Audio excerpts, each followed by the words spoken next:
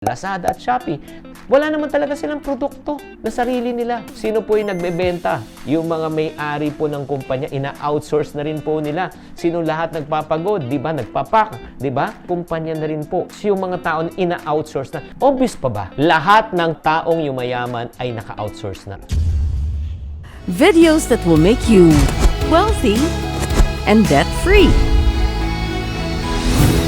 Extra income ba ang hanap mo? Tamang-tama itong episode para sa'yo dahil ibabahagi ko sa inyo isang negosyo na pwede kang kumita aside from your trabaho. Hi there, this is Shinky Tan, your pambansang wealth coach. Thank you very much for tuning in to this channel. Maraming salamat. Yung channel ng mga ipunaryo at mga paunlad. Okay, sa episode na ito, pag-uusapan po natin ang isang negosyo na that will catch your attention. Ito po yung tinatawag nating outsourcing. O, ano ba itong outsourcing na ito? Paano ba nagsimula?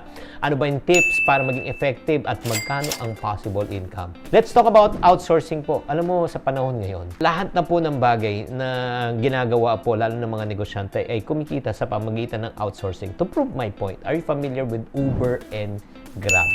Sila po ang may pinakamalaking fleet ng mga sasakyan na walang binabayaran na sweldo ng drivers na hindi bumibili ng sasakyan at kumikita po sila through outsourcing of what? Drivers and cars. Number 2, nabalitaan mo na ba yung Airbnb na sila may pinakamaraming inventory na mga pabahay at saka mga pinapaupa na wala silang investment kasi ina-outsource nila sa may-ari. Shopping apps po, like for example, Lazada at Shopee, wala naman talaga silang produkto na sarili nila. Sino po yung nagbebenta? Yung mga may-ari po ng kumpanya, ina-outsource na rin po nila. Sino lahat nagpapagod? Di ba? Nagpapak? Di ba? In other words, kumpanya na rin po. Yung mga taon ina-outsource na. Obvious pa ba? Lahat ng taong yumayaman ay naka-outsource na. Kaya ano po itong outsourcing business na ito na pwede natin pasukan na hindi pa alam ng karamihan? Ito po yung tinatawag nating drop servicing. Ano tong drop servicing? Ang i-offer mo, instead na produkto, ang i-offer mo services. All you have to do is just find clients. I-offer mo yung services mo. Like for example, karpintero, plumber, di ba? Or graphic artist, video editor, freelancers. Ang question, Chinky, paano kikita dito? Alam mo, 2 things, no? Para tayo kumita dito, una, kailangan maghanap ka ng clients sa, like for example, local or international. Like for example, meron kang video editing services or graphic designs lang, dito tayo mag-umpisa. Dahil yung mga foreign businesses po, makakatipid po sila pag in-outsource. Kasi iba po yung rate sa Amerika, iba po yung rate dito sa Pilipinas. Ang sweldo po ng isang Amerikano po doon ay equivalent ng sweldo ng mga 5 Pinoy dito. Kaya naman, ang ginagawa po nila, para makatipid po sila, nag-outsource po dito sila sa Pilipinas. Pangalawa, ang kailangan mo gawin, aside from maghanap ng kliyente, maghahanap ka ng mga empleyado dito sa Pilipinas magagaling sa services na inaalok mo. So, nagigets mo? Dalawa lang, uulitin ko, maghanap ka ng client at maghanap ka ng gagawa. Ngayon, anong gagawin mo? Bibigyan ko ka ng idea. First, gumawa ka ng agency name. So, parang ikaw magiging broker. Upang makuha mo ang tiwala ng client, kailangan magpakilala ka ng formal, kaya naman kailangan gumawa ka ng sarili mong ahensya. Magpakilala ka bilang founder ng agency. O, di ba? Step number 2, maghanap ka na ng client, di ba? Alam mo, pinakamagandang way to find clients, again, to market is through LinkedIn, or if not naman, you can reach out to mga companies or mga individuals na kakilala mo dito locally at i-offer mo yung services mo.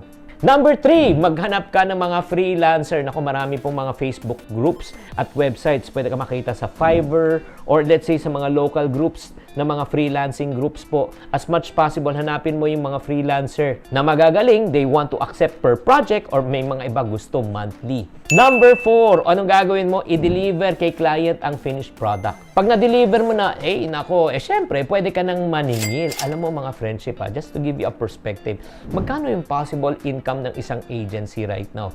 Pag na-formalize mo itong drop servicing business na ito, you can easily earn from 50,000 to 100,000 pesos per client. So imagine mo, pag may client kang 4, pwede kang kumita ng 200,000 to 400,000 a month, mga friendship.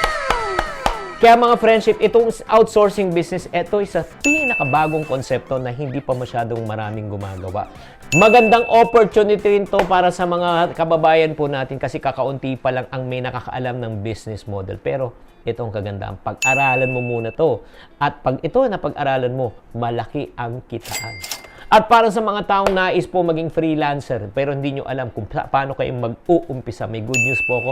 I've created already an online module to teach you on how to become a virtual professional, a freelancer. If you want to know more about it, just click the link below or on top. So there you have it. Sana naman nabigyan ko kayo ng idea ngayon. Nako, itong kagandahan dito. Walang masyadong puhunan. Ang puhunan mo lang talaga dito, laway, abilidad, at pagmamarket. If you do like this video, please type the word called like for me and also share this video. Tatandaan, ang pagyaman po ay napag-aaralan. This Chinkitan saying, to every problem, there's always a solution. If you're not part of the solution, you're part of the problem. Always.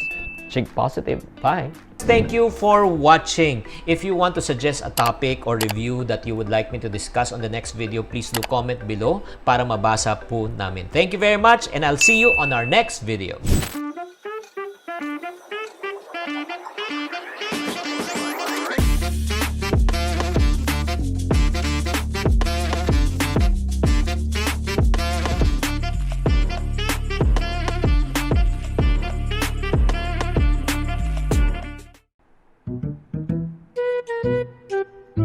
Okay.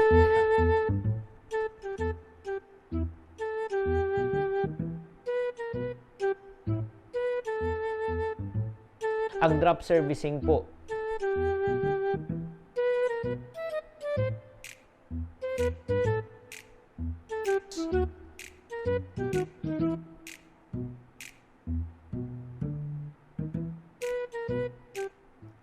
So, ang question, Chinky, paano kikita dito? Alam mo, that will capture idea.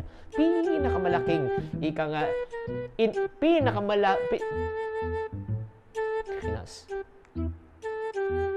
mga lima hanggang, mga limang, oh.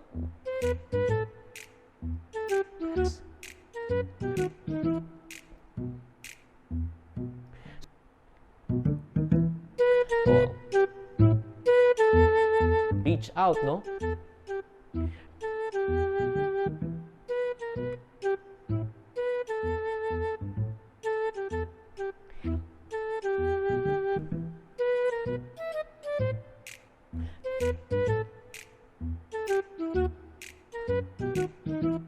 Kaya pag nagawa mo ito, listen to me. Tanggalin mo yung, kaya ikaw freelancer, tanggalin mo na.